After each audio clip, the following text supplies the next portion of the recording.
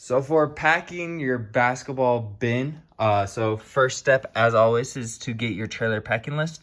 This will show you how many courts are going to be in use for that season. So at Valley High School, we will be using 2 basketball courts. So if you have any courts that have more or less, you divide or add on those numbers. So let's say you only had 1 court, you would divide all the highlighted items in half. So the bucket of wristbands, you will always have a bucket of wristbands. It's just the amount of wristbands that go into that bucket. That's the only thing going to change depending on how many courts you do have. So for the practice cones, if you have 1 court, it's 1 set of practice cones.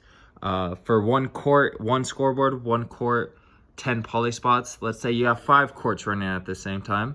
That'd be 5 sets of practice cones, 5 scoreboards, and 50 poly spots. So for the wristbands, it does say 2 per each color per court. So 2 teams play on the courts at the same exact time. So you will need 2 wristbands of the same color per court. I do have 5 wristbands of each color because we are running 2 courts. So that means minimum we will need 4 wristbands of each color. I always add in an extra wristband just in case someone loses a wristband or missing a wristband or anything like that happens. We do have a backup. Then you do have your 2 sets of practice cones, all of your 20 poly spots, and your 2 scoreboards.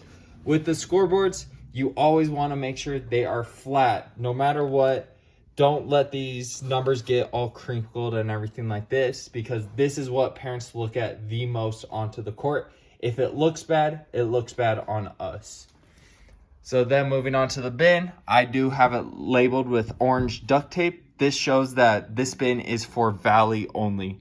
Every location has a different tape on it, so you want to make sure the whatever location you're sending this out to matches up with the tapes. And it's also labeled how many courts are in this and what it is for. I also do have the tape going all around this bin just to make it a little easier to view.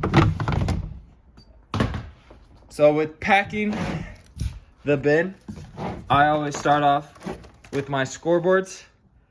With the scoreboards, I make sure the numbers face the sides so it minimizes the chance of these numbers getting crinkled and ruined.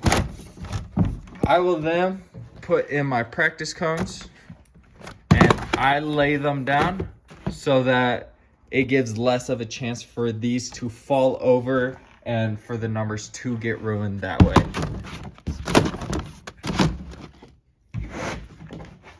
And then I do put my poly spots right there. And then my bag of wristbands.